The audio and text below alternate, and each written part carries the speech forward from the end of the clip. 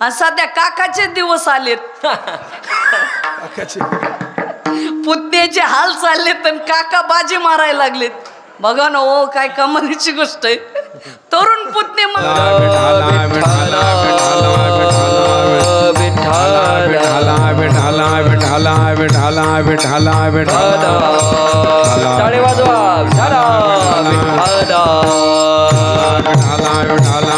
कुंडली कवरदा हरि विठ्ठल श्री ज्ञानदेव पंढरीनाथ भगवान की माऊली ज्ञानेश्वर महाराज जगद्गुरु तुकाराम महाराज श्री संत भगवान बाबा की जय. विठ्ठला विठ्ठला विठ्ठला विठ्ठला.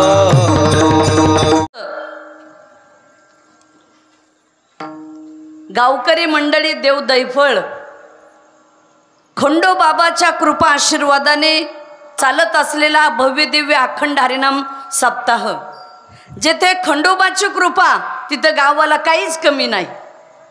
किती मोठा संसार करा पण गोंधळ नाही घातला की सगळा गोंधळच होतो. बरोबर आहे का? म्हणून इथं देवच खंडोबा, त्याचा गोंधळ आपल्याकडं कायम आहे, म्हणजे पूजा आहे.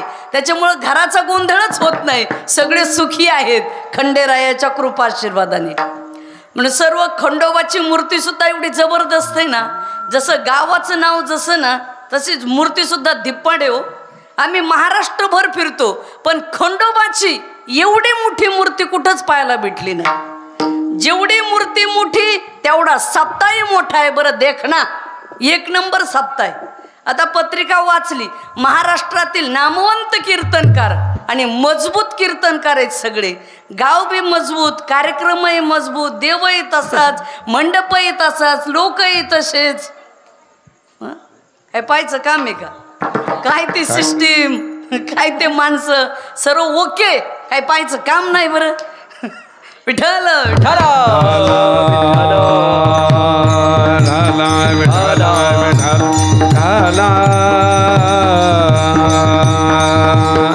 होय काका.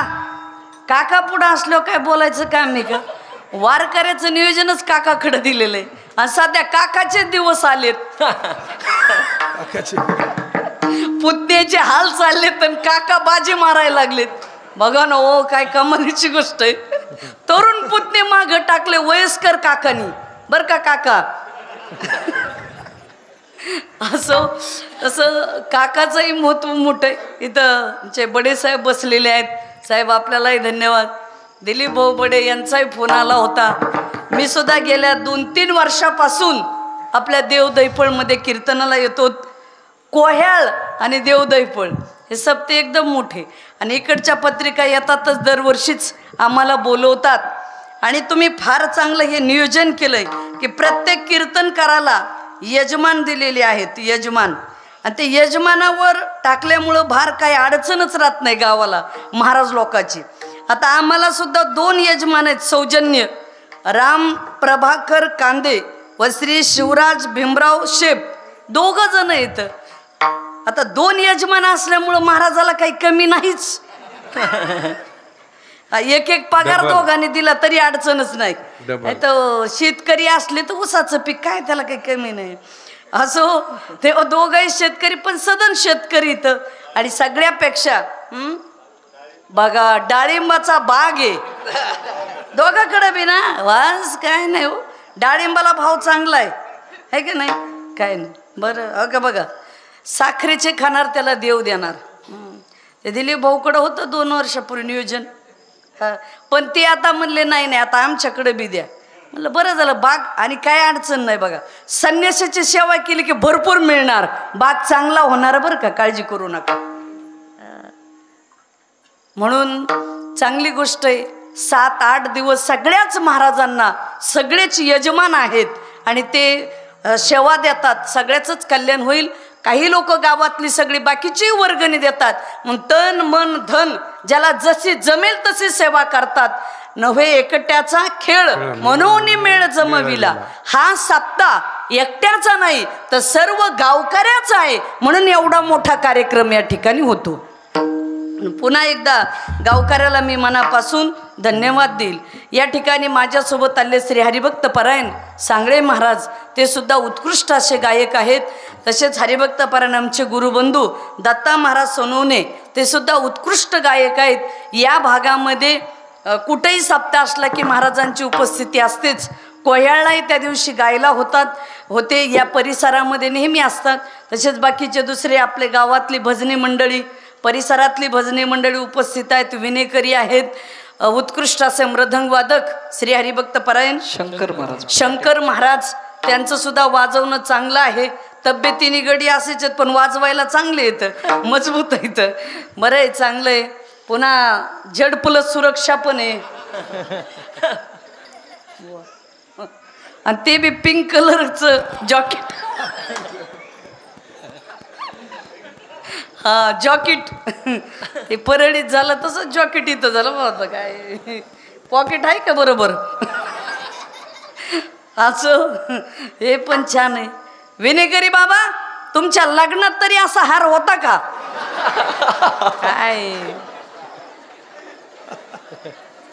काय बाबाचे योग आहेत. ते म्हणले ताई हार कशाचा, फुल पाहायला नव्हतं, जांभळीच्या पानाचा मंडप असायचा. कशाचं काय होतं त्या काळात? बघा काय भाग्य आहे. बघा बरं का, प्रपंचामध्ये जसं वय होत जातं तसं माणसाच्या चमका निघत जातात. आणि परमार्थामध्ये जसं वय होत जातं तसा माणूस चमकत जातो. हे अध्यात्माचं काम आहे. विना जरी घेतला तरी गळ्यात हार पडतो. आणि किती मोठा कीर्तनकार असू द्या, विनेकराच्या पाया पडतो. एवढं विण्याचं महत्व आहे. सोशल मीडियावाल्याला धन्यवाद. विठ्ठल विठ्ठल.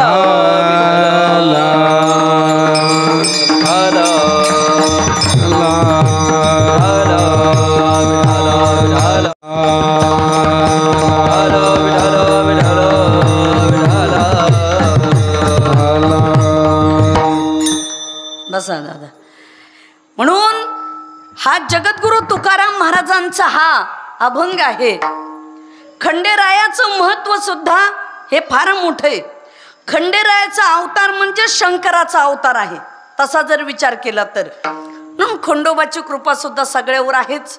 सध्या श्रावण महिना चालू आहे. सगळे शंकराच्या भक्तीवरच पडलेले आहेत या महिन्यामध्ये, आहे की नाही? अनेक जण, कोणी श्रावण महिना धरलाय महिनाभर, बऱ्याच पुरुष मंडळींनी सुद्धा महिना धरला असेल, आहे का नाही? गटारी आमुषाला सुटेल. हा महिनाभर फ्रेश आहेत माणसं. अहो या महिन्यात माणसंच काय, कोंबडी सुद्धा छाती काढून चालते. मेरा भारत महान है. पाठीमाग पुढं सगळे पिले घेऊन चाललेले असते, कोंबडेन तेन असं भारी भारदस्त छाती काढून चालते डुलत, सगळे कार्यकर्ते बरोबर घेऊन. पण सत्ता गेली की कार्यकर्ते फुटले. काय सांगावं तुम्हाला, श्रावण महिना संपला, आमोशाही झाली आणि 8 दिवसांनी भेट झाली कोंबडीची माझी. म्हणलं कोंबडी ताई जय हरी. त्या म्हणल्या ताई जय हरी. म्हणलं एकट्याच दिसायला तेवढी गर्दी कुठे गेली? त्या म्हणल्या माहित नाही का श्रावण संपला. पुन्हा कशाला कोण ठेवते जीवन. कोई ले गया चिल्ली, कोई ले गया बिल्ली. सगळी होई बाटा बाट, सगळं वाटून गेलं आणि मी एकटीच राहिले शेवटी. असं आहे. म्हणून हा श्रावण महिना पवित्र आहे. या महिन्यामध्ये महिला मंडळ काही महिनाभर श्रावण महिना धरतात. कुणी सोमवार धरतं, शिवलेले अमृत वाचतात, ओम नमः शिवाय नमःचा जप करतात, कुणी लघुरुद्र करतात. अनेक प्रकारची शंकराची भक्ती या पवित्र श्रावण महिन्यामध्ये आमच्या माता माऊल्या पुरुष मंडळी करतात. शंकराला तांब्याभर पाणी व्हायचं, दुधाचा अभिषेक करायचा, परत बिल्वपत्र वाहतात, भस्म लावतात शंकराला. आता शंकराच्या पिंडीला तुळशी पत्र व्हायचं नाही, जाई जुई मोगरा गुलाब हे व्हायचं नाहीच. धोत्र्याचं फूल किंवा मग बिल्वपत्र हे शंकराला व्हावं लागतं. कारण शंकराला जी आवड आहे ती कशाची, तर बेलाच्या पानाची आवड आहे. हे भोळा शंकरा, हे भोळा शंकरा, आवड तुला बेलाची, आवड तुला बेलाची, बेलाच्या पानाची हे भोळा शंकरा हे भोळा शंकरा शंकरा हे भोळा शंकरा आवड तुला बेलाची आवड तुला बेलाची बेलाच्या पानाची हे भोळा शंकरा गळ्यामध्ये रुद्राक्षाच्या माळा टाळकरी लाविले भस्म कपाळा हो गळ्यामध्ये रुद्राक्षाच्या माळा लाविले भस्म कपाळा आवड तुला बेलाची आवड तुला बेलाची बेलाच्या पानाची हे भोळा शंकरा शंकरा हे भोळा शंकरा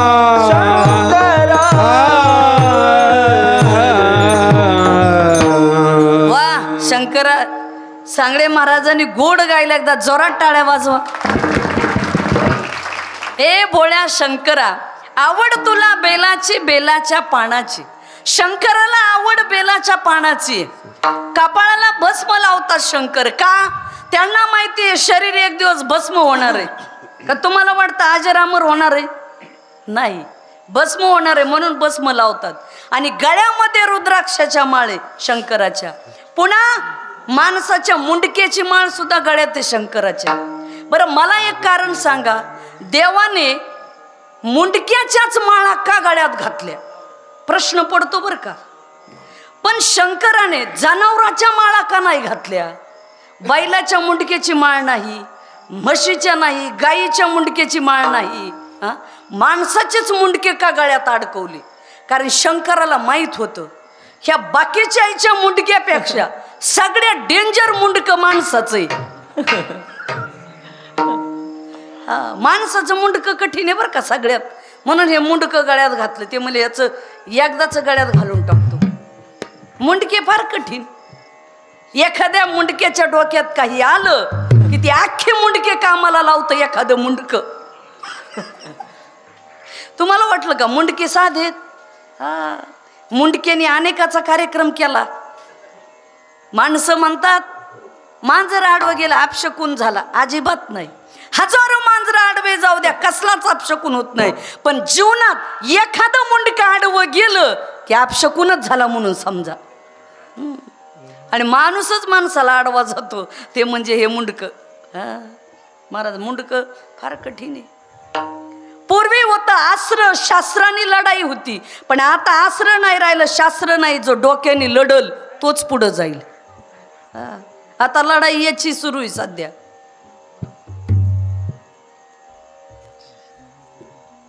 आणि ज्याला हे जमलं त्याला सगळंच जमलं. विठ्ठल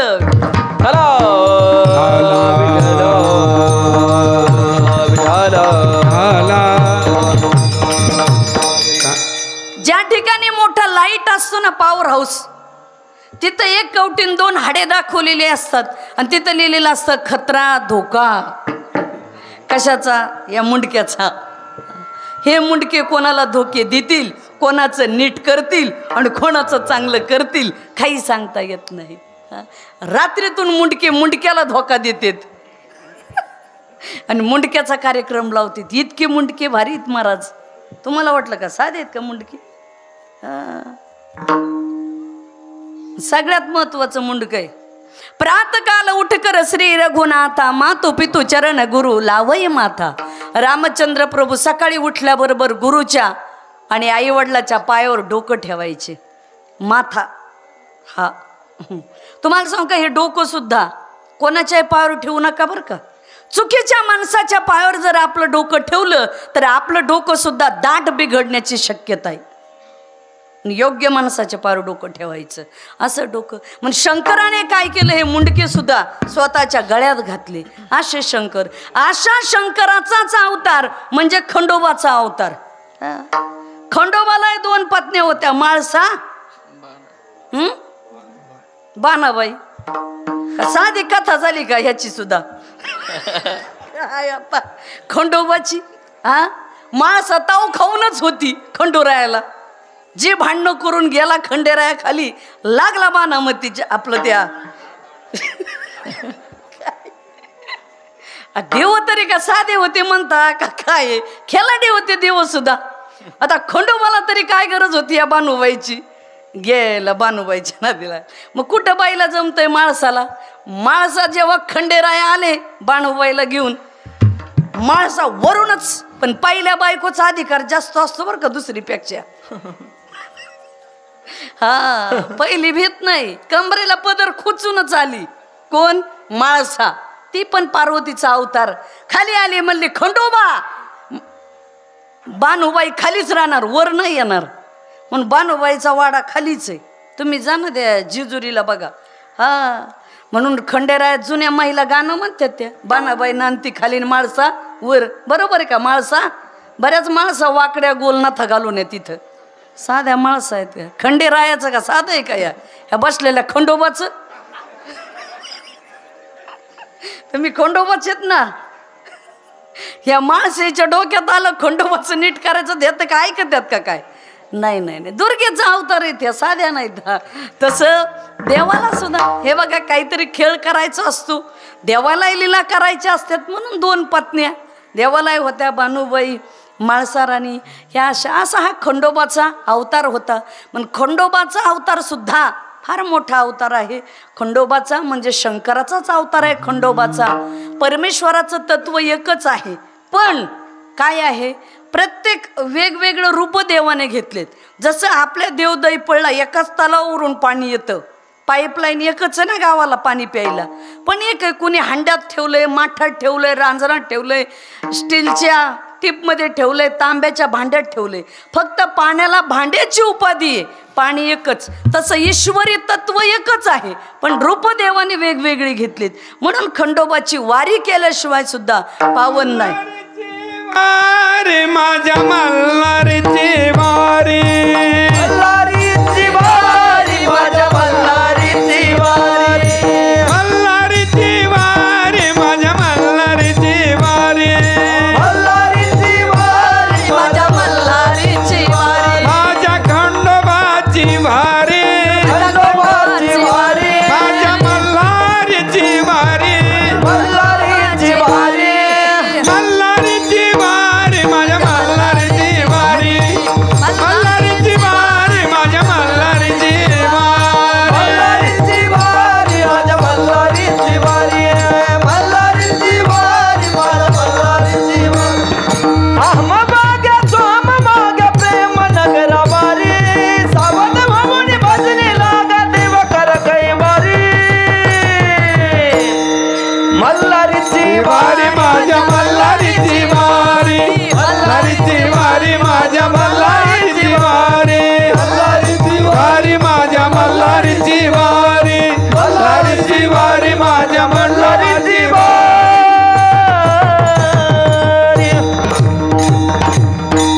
वा वा, छान वारी गायली बरं का.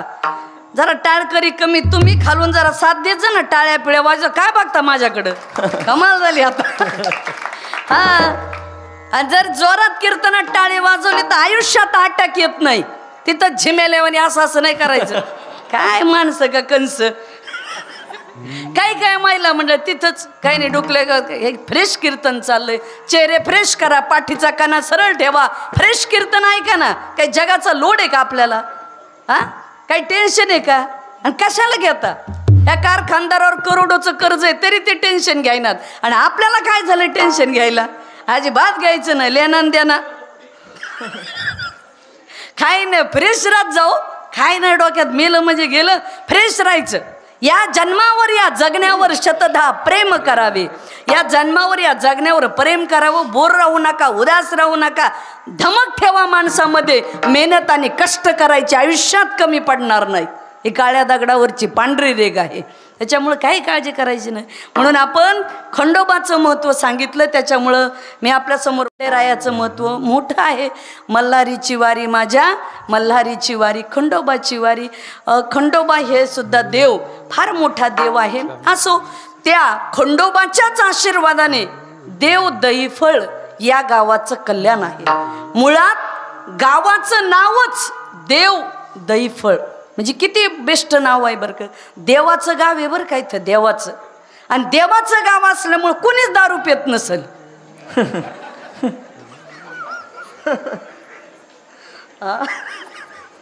होय काका, खरं कसं आहे बघायला नाही. हा. पण माणसं हुशार, ते म्हणतील ताई देवीजवळ बोफी असतात. आणि खंडोबा बरोबर ते बरेच लोक खंडोबाचा गोंधळ घालतात आणि बकरे कापतात. मग त्यांना म्हटलं का ते कापण, ते म्हणले नाही नाही खंडोबाला नाही पण दैत्याला लागत ना. हे दैत्याला लागत ना अधूनमधून खायला प्यायला. कळलं का नाही. विठ्ठल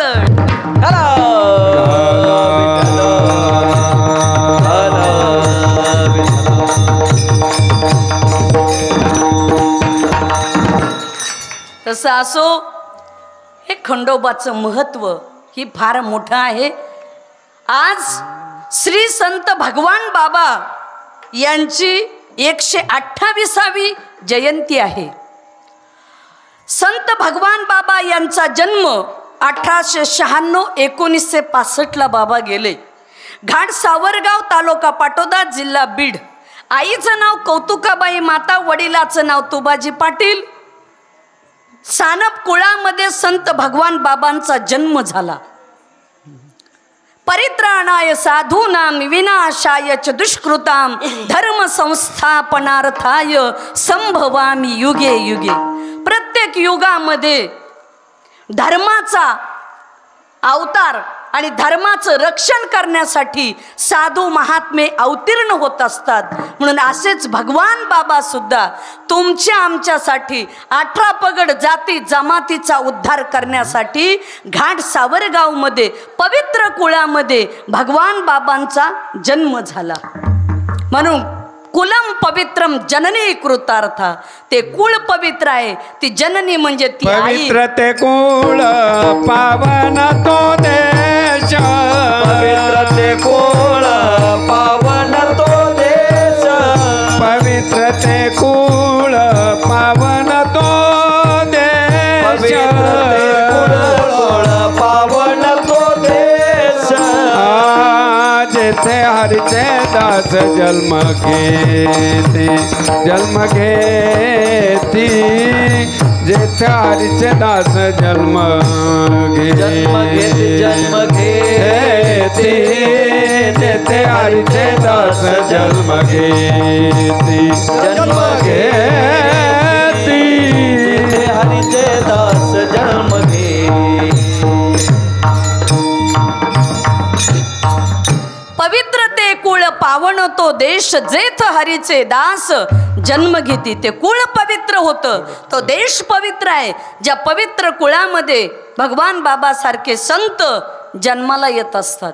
हे बघा, भगवान बाबाचं मूळ नाव आबाजी तुबाजी सानप. आबा हे मूळ नाव होतं बाबांचं. आता जन्माला आल्याबरोबर बाबा म्हणजे दिव्य तेज होतं. राजसकुमार मदनाचा पुतळा रवी शशिकळा लोपलिया. सुंदर आबाचं रूप, गोरे गोमटे देखणे, निमिष न लगे मन वेदिता, एवढी तुझी स्वरूपता. आजही तुम्ही भगवान बाबाचा फोटो पहा. कितीही आयुष्यामध्ये दुःख होऊ द्या, पण भगवान बाबाच्या फोटोकडं पाहिलं की माणसाचं सर्व दुःख विसरतं. हे काय बाबांच्या बाबतीत, बाबा संत होतेच होते. बाबाकडं वैराग्य होतं, ऐश्वर होतं, ज्ञान होतं.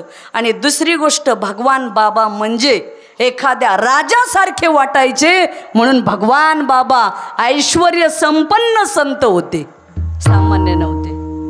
बाबाकडं सर्वच होतं, काय नव्हतं हे विचारा. प्रत्येक गोष्ट बाबाकडं होती. एकदम बाबाचे नाक बघा किती सरळ आहे. चेहरा कसा आहे, फेट्याची ठेवण कशी. अजून कोणालाच भगवान बाबासारखा फेटा बांधता येत नाही. अनेकांनी प्रयत्न केले. काही तर फेटा बांधून म्हणले आम्ही बाबासारखे दिसतोत का, नाही दिसत. उगी कॉफी करू नका. आणि कॉफी करून पास झालेले शेवटी मेरिटमध्ये निघतात. बरोबर आहे का. कॉफ्या इथंच चालतात. खरी स्पर्धा परीक्षा लागल्या कॉफ्या चालत नाही. आणि ज्यांनी केल्या त्यांचंही नीट झालं. मग विठ्ठल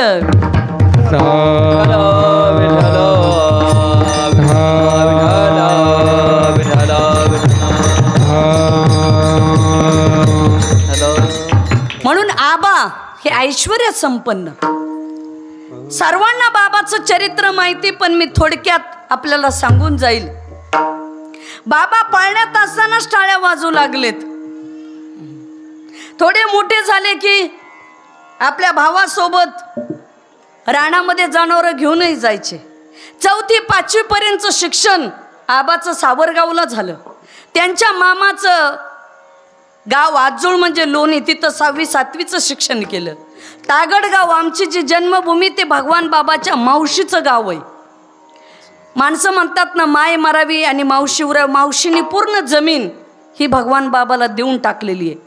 ती जमीन आत्ताच तलावमध्ये गेली. म्हणजे आमच्या वडिलाची जमीन आणि बाबाच्या मावशीची जमीन ही जवळजवळच. त्याला बिलदारा म्हणतात. बिलदारा तिथे ते आता पाण्यात गेले, त्याचे पैसेही मिळाले. तेव्हा आबाचं हे महत्त्व फार मोठं. आणि वयाच्या 11व्या वर्षी आबा आपल्या वडिलासोबत श्री क्षेत्र नारायणगडावर गेले. कारण तुबाजी पाटील नारायणगडावर वारीला जायचे घोड्यावर बसून. बघा बरं का, घोड्याचं शिक्षण हे वडिलापासूनच होतं आबाजीला. कारण पाटील होते आणि पाटलाला पूर्वी घोडे असायचे, वैभव असायचं. ते घोडे, टांगे, जास्त बैल हे वैभव असायचं. मग घोड्यावर बसून आणि नारायणगडावर गेले. माणिक बाबाचं दर्शन घेतलं गुरुचं. नगद नारायण महाराजाच्या समाधीचं दर्शन घेतलं. आणि आबाजीला वाटलं आपणही महाराज व्हावं. माणिक बाबाला म्हटले, बाबा मलाही असं वाटतं तुमच्यासारखं गोसावी व्हावं, बाबा व्हावं, महाराज व्हावं. सहज माणिक बाबा बोलून गेले, अरे बाबा ज्याला या उंच शिखरावरून खाली उडी मारता येते ना त्यालाच गोसावी होता येतं. आता त्यांना काय माहिती, हे सहज बोलून गेले. लहान मुलाचा नाद मिटवावं म्हणून हे शिखरावर चढले आणि वरून आवाज दिला, माणिक बाबा. शिखरावर माणिक बाबाने पाहिलं, आबा उडी टाकू नका. पण शिखरावरून खाली उडी मारली, पण केसाला धक्का लागला नाही. त्यावेळेस माणिक बाबा म्हणले, आता यांना आबा म्हणू नका तर भगवान म्हणा. हे नाव गुरुने दिलेलं आहे.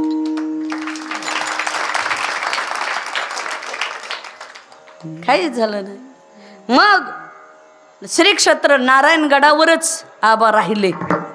आणि राहत असताना पुन्हा बंकट स्वामी महाराज नारायणगडावर आले. विचारलं माणिक बाबांना, माणिक बाबा हे कोण आहेत? तेव्हा माणिक बाबा म्हणले, हे भगवान बाबा आहेत. त्यांना भगवान महाराज म्हणतात. हे भगवान आहेत. आता गुरु शिष्याला भगवान नावाने, पण ते असे देखणे दिसायचे ना बाबा.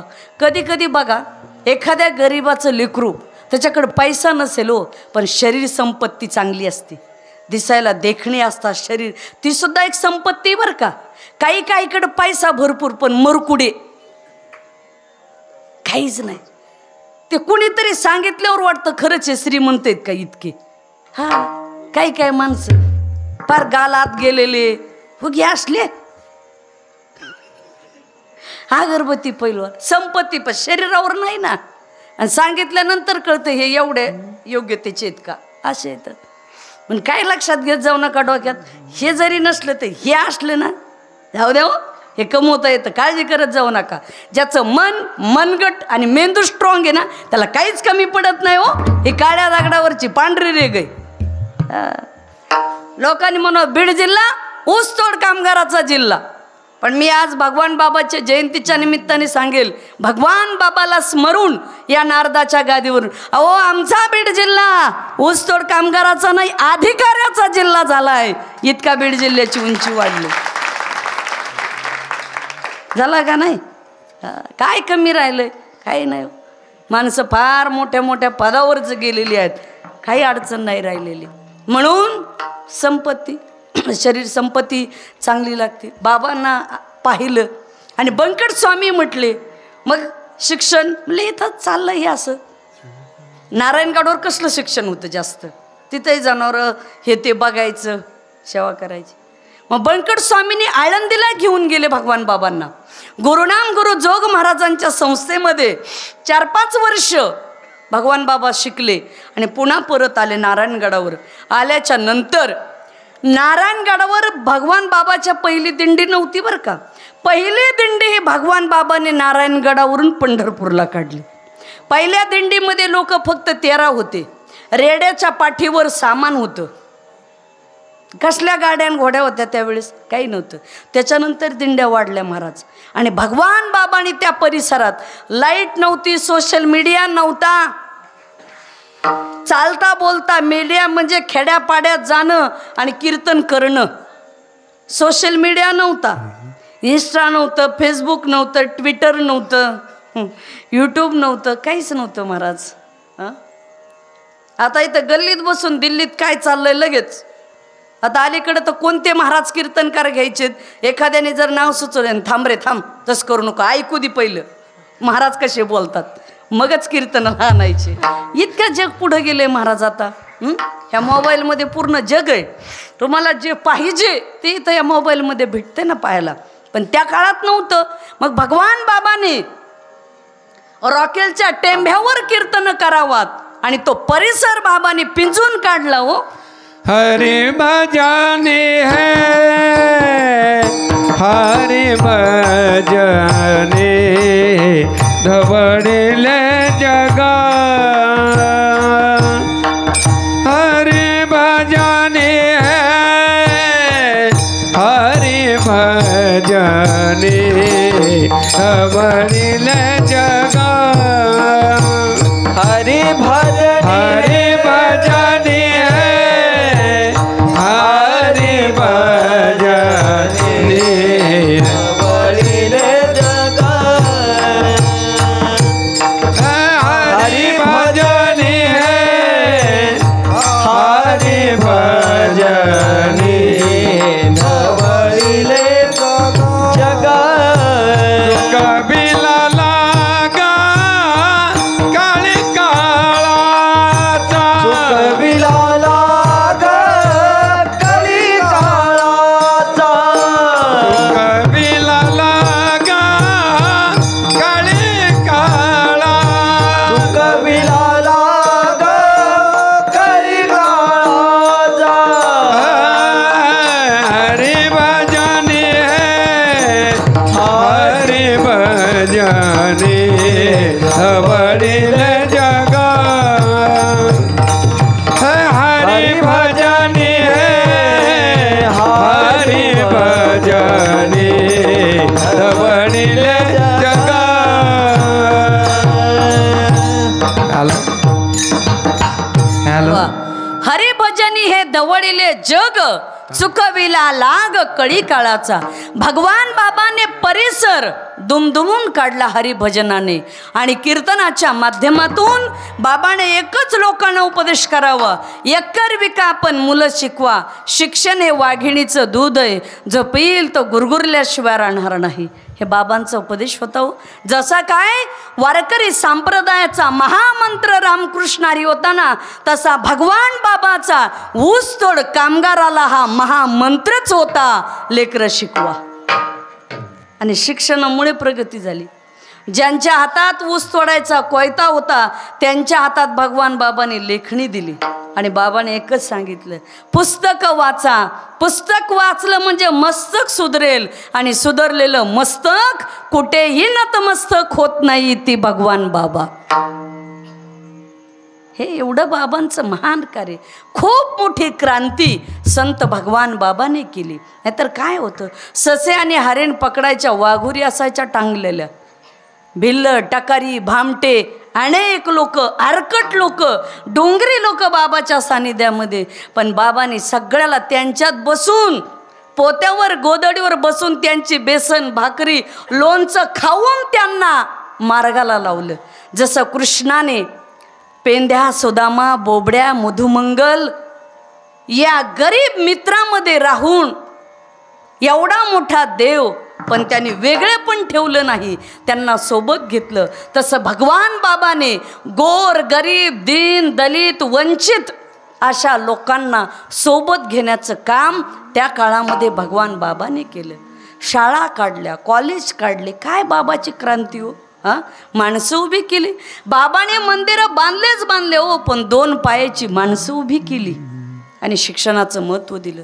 पहिलं हॉस्टेल खोकरमोहला काढलं, तालुका शिरूर, जिल्हा बीड. त्याच्यानंतर खरवंडीला काढलं, संभाजीनगरला जागा घेतली. बाबाचे विचार फार मोठे होते. या राज्याचे पहिले मुख्यमंत्री यशवंतराव चव्हाण साहेब यांना गडावर आणलं, भगवान गडावर. काय बाबाचे विचार असतील साहेब. आमदार खासदार आम्हाला आता कळायला लागलं, पण बाबांनी त्या काळात मंत्री आणावा. हा, कमालीची गोष्ट. मुख्यमंत्री आले, ते दर्शनाला वाकले, दोघांनी एकमेकाला मिठी मारली. त्यांचे लेवल तशीच आहे, तसेच. बाबा कुठला आर्किटेक्ट लावला होता इंजिनियर डिझाईन करायला? भगवान बाबा म्हणले, साहेब कसला आर्किटेक्ट आणि कसला डिझायनर. वड्रेनी दगड पाडलेत डोंगरामध्ये आणि ह्या ऊसतोड कामगारांनी बैलगाडीत वाहून नेलेत आणि सगळ्यांनी मिळून बांधलाय गड. कसला आर्किटेक्ट. कमाल वाटली मुख्यमंत्र्याला. काय हे कामाने हे. तेव्हा उभा राहिले जट लाखो लोक जमलेले भगवानगडावर. त्यावेळेस त्याला भगवानगड म्हणत नव्हते, धोम्यगड म्हणत होते.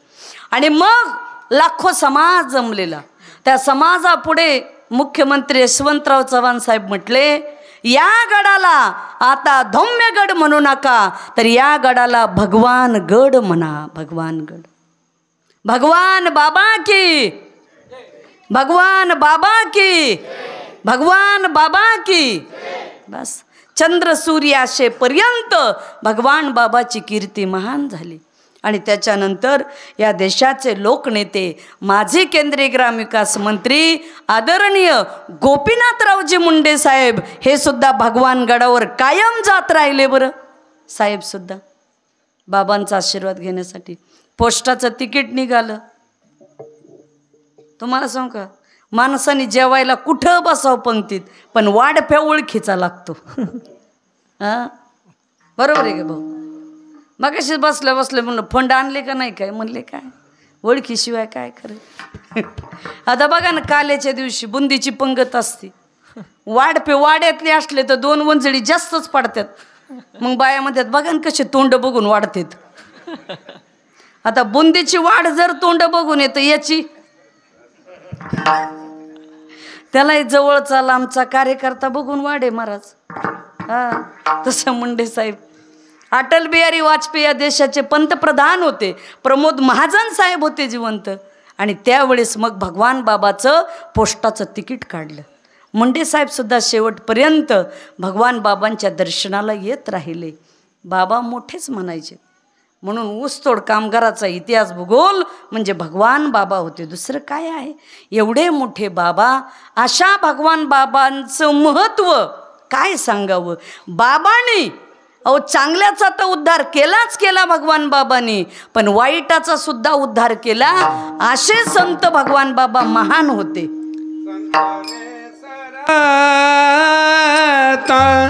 केलो तैसा परी ओसरले दात, हा धाडा गडगडले आत. बघा हे ओसरलं आणि दाडा गडगडल्या, पडला बुरुज सगळा. कळतच नाही काय.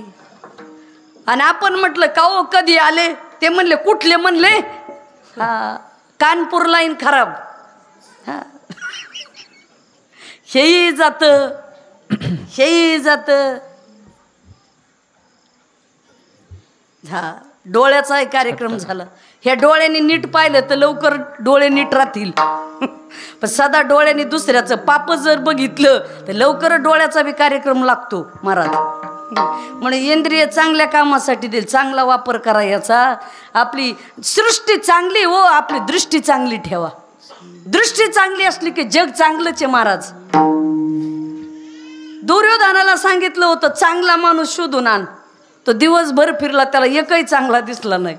आणि धर्मराजाला एकही वाईट दिसला नाही. दृष्टीचा फरक आहे. म्हणून जरा कुठंतरी बदल जीवनामध्ये केला पाहिजे. आपला काय विषय चालला होता? इथं नव्हते का तुम्ही? एका गावामध्ये काल्याचं कीर्तन आणि जागराचं इथून विषय सुरू झाला होता. कुठेही गेलं तरी आम्ही तिथंच येणार आहे, तसं काय नाही. रोज 2 कीर्तनं चालू आहेत, पण अजून ठेप्यावर गाडी, तसं काय नाही. आणि सीझनच्या दिवसात बसून कसं जमल? सुगी सध्या श्रावण म्हणजे बघा आता काही नाही तसं मागं ना पुढून गोसा विरड तर काही नाही. पण आता चाललंय. कार्यकर्ते बाकीचे असतेच ना. हा पक्वास सुद्धा कणिक लावल्याशिवाय आवाज काढीत नाही. तसे संस्थान यंत्रणा भक्त सांभाळायचे म्हणलं सगळंच लागतं आपलं. तसं मग ते संध्याकाळी असं एक जण उभा राहिला, म्हणला ताई एवढं वर्ष झालं कीर्तन करता, ज्ञानेश्वर महाराजांनी भिंत चालवली, तुम्ही चालवा. तरच सकाळी कीर्तनाला काल्याला उभं राहायचं नाही तर अजिबात कीर्तन करू देणार नाही. तुम्हाला वाटतं का साधे आहेत का काही काही माणसं? हा पेनार दाशीच आपलं दिशी, पण अख्ख्या गावाला शिव्या देणार. गावाचं नीट करतो, गावाचं बघून घेतो. अरे काय बघून घेतो? पायात चप्पल नाही ते बघ. गावाचं बघून घेतो. काय बघून घेता? असले मग असे. मी म्हटलं बरोबर आहे, भिंत चालवा म्हणला. मी म्हटलं ठीक आहे आम्ही भिंत चालू, पण तू वाघावर बसून ये आणि सर्पाचं चाबूक हातात आण, मग आम्ही भिंत चालू. मला माहिती हे वाघावर बसून येत नाही ना, आपल्याला भिंत चालवायची गरज नाही. हा टिटपोन टॅट जशाच तसं जागता आलं पाहिजे हो तर जमतं. लय सरळ मार्गी जगलात ना तर जंगलामध्ये सरळ झाडच लवकर तोडल्या जातात. त्याच्यामुळे फार सरळही जगू नका आणि फार महागही जगू नका. मीडियम इतके महाग होऊ नका की लोकाला तुमच्या जवळ जायला परवडणार नाही, असंही करू नका. आणि इतकंही सरळ नका की लोक आपल्याला आयुष्यातून फार उद्ध्वस्त करतील, असंही जगू नका. असं सगळं दोन्ही जमलं पाहिजे. म्हणून साधू संत गुणावर दोषावर तुमच्या प्रेम करतात. गुण दोष याती न विचारी काही.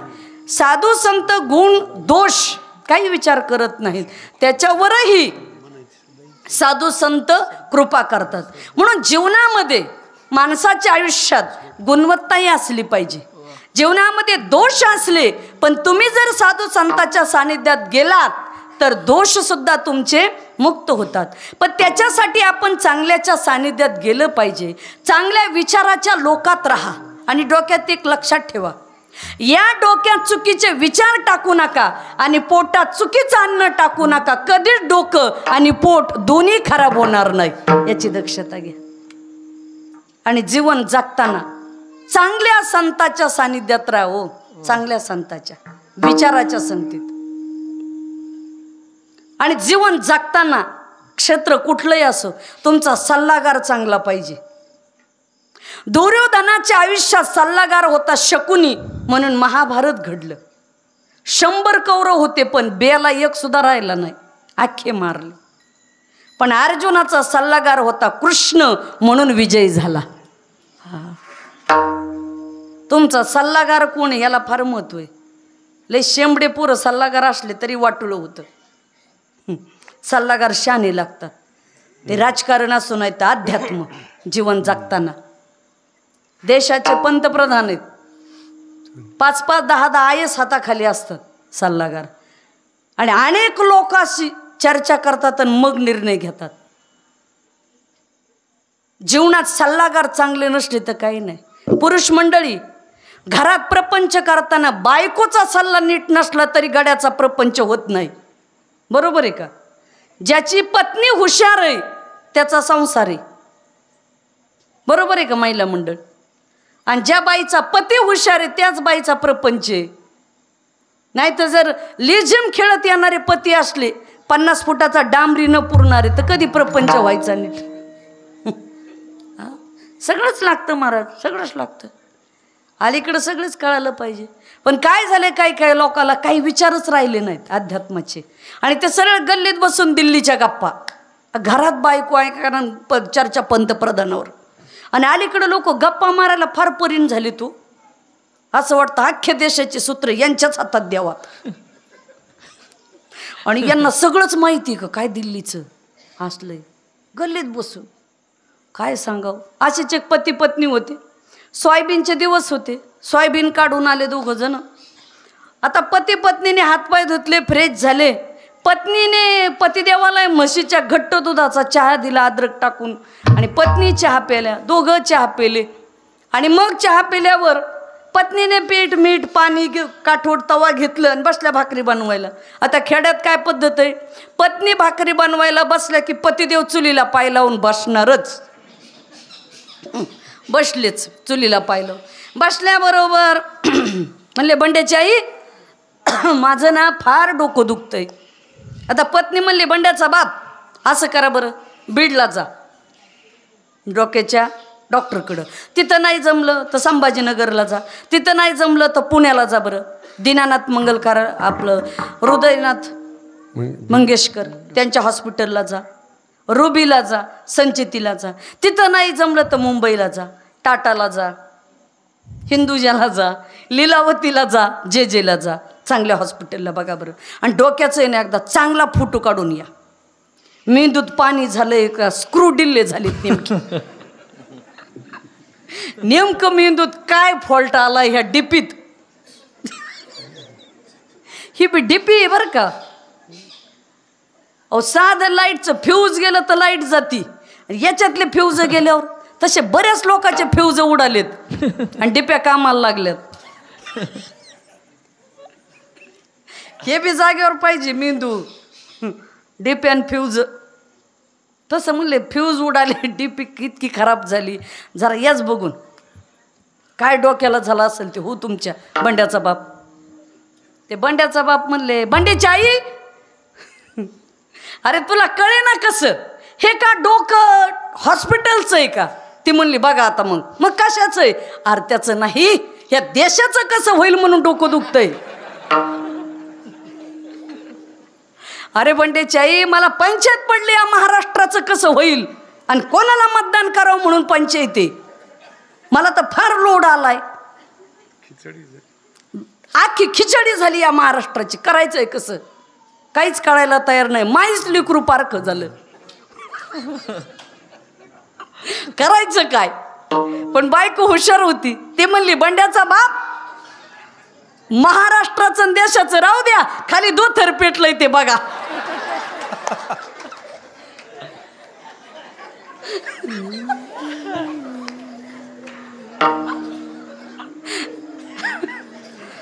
काय चोपदार दोथर.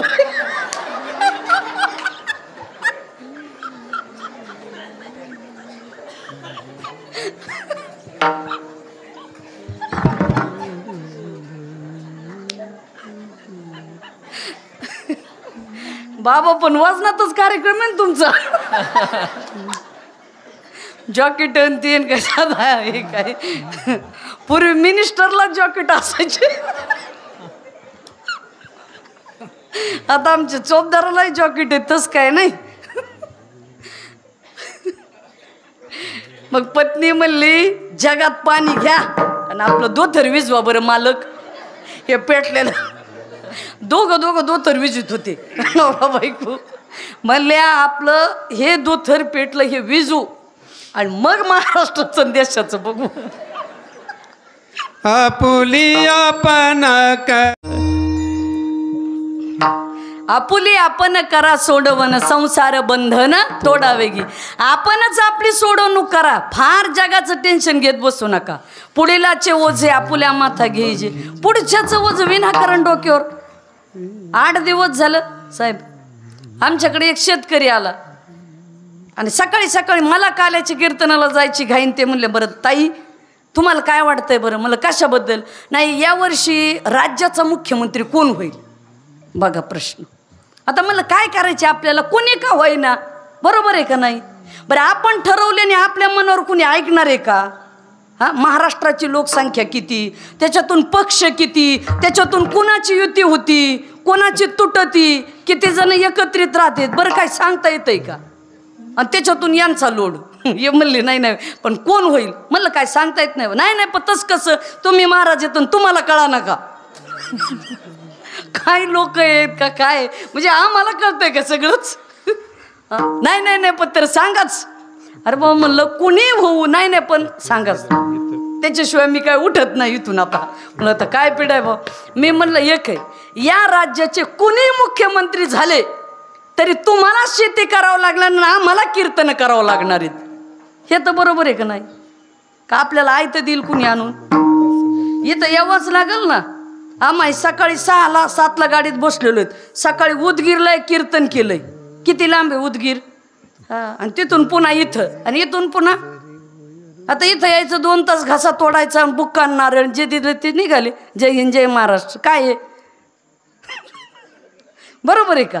हे असं आहे. शेतकऱ्याला सुद्धा शेतीत कष्ट केलं तर मिळतंय, भाषण केलं तर राशन आहे, नाही तर काय खरं आहे. म्हणून काय फार लोड घेत जाऊ नका जगाचा. साध्या माणसं जिकडं तिकडं सलांवर पण कसं होईल, काय होईल, याचं काय होईल, त्याचं काय होईल, काही डोक्यात घेऊ नका. हे हाताचे बोटं सारखे आहेत का? बघा ना तुम्ही, अंगठा हे सगळे वेगवेगळे. पण जेवायला लागले की कळालं का नाही? काय बघता माझ्याकडं? जेवायला बसले की अशी एकत्रित खाते. तर काळजी करीत जाऊ नका. ते बरोबर वर चलतं. तुम्ही बोकजुंजी करू नका खाली. त्याच्यामुळं गट तट पक्ष हे टेन्शन घेऊ नका. बरोबर आहे का दिलीप भाऊ? नाही तर तुम्ही म्हणता नाही कसं होईल कसं होईल, काही होत नाही. वगे टेन्शन करून घ्यायचं नाही. काय जे व्हायचं असेल ते होईल. काही होत नसतं, निवांत राहा. काही होत नसतं. ज्याच्या त्याच्या पद्धतीने हे जग चाललेलंच आहे. आणि काही होणारच असलं तर तुम्ही आवरणार आहेत का याला? स्वतः श्रीकृष्णानं शिष्टाई केली महाभारताचं युद्ध घडू नये म्हणून, पण ऐकलं का? झालंच ना. त्याच्यामुळं काय आहे, सध्या जी गोष्ट आपल्या हातात आहे तिच्यावर डोकं लावो. जी आपल्या हातात नाही त्याच्यावर डोकं लावून आपणही विक्षिप्त होऊ नये. रोज हरिहरी करावं, परमार्थ करावा. आलं वाट्याला ते कर्तव्य करावं, 2 घास खावेत आणि ज्या त्या वेळेला आपलं आपलं सज्ज राहावं, एवढंच करावं. आणि संतांचे विचार आपल्या जीवनामध्ये घ्यावेत आणि जीवन चांगलं जगावं. म्हणून संतांनी सरता केलो तैशा परी, चंदनाने बोरी व्यापियल्या, गुणदोष यातीनं विचारी काही ठाव दिला पायी आपुलिया. मोठ्या प्रेमाने सगळेजण वर हात करा बरं. कॅमेरावाले फिरवा.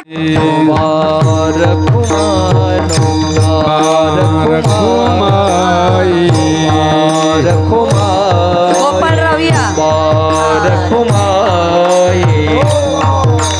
जय जय जय जय मिठोबा रखुमाये. जय मिठोबा रखुमाये. जय जय गोपाल रखुमाये. जय जय जय जय गोपाल रखुमाये. टाळे टाळे जय जय गोपाल रखुमाये. जय गोपाल रखुमाये. जय गोपाल रखुमाये. गोपाल रखुमाये.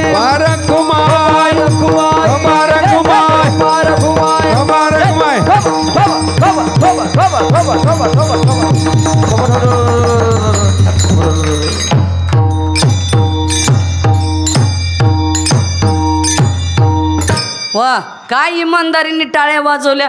खंडोबाची कृपा झाल्याशिवाय राहणार नाही इतक्या टाळ्या वाजवल्या. पण असं शेवटी तुकाराम महाराज म्हटले, काही नाही, एकदा समर्थाच्या जर मनात आलं ना तर काही होऊ शकतं. बोला. तुका मने आले समर्थाचे मन लागा.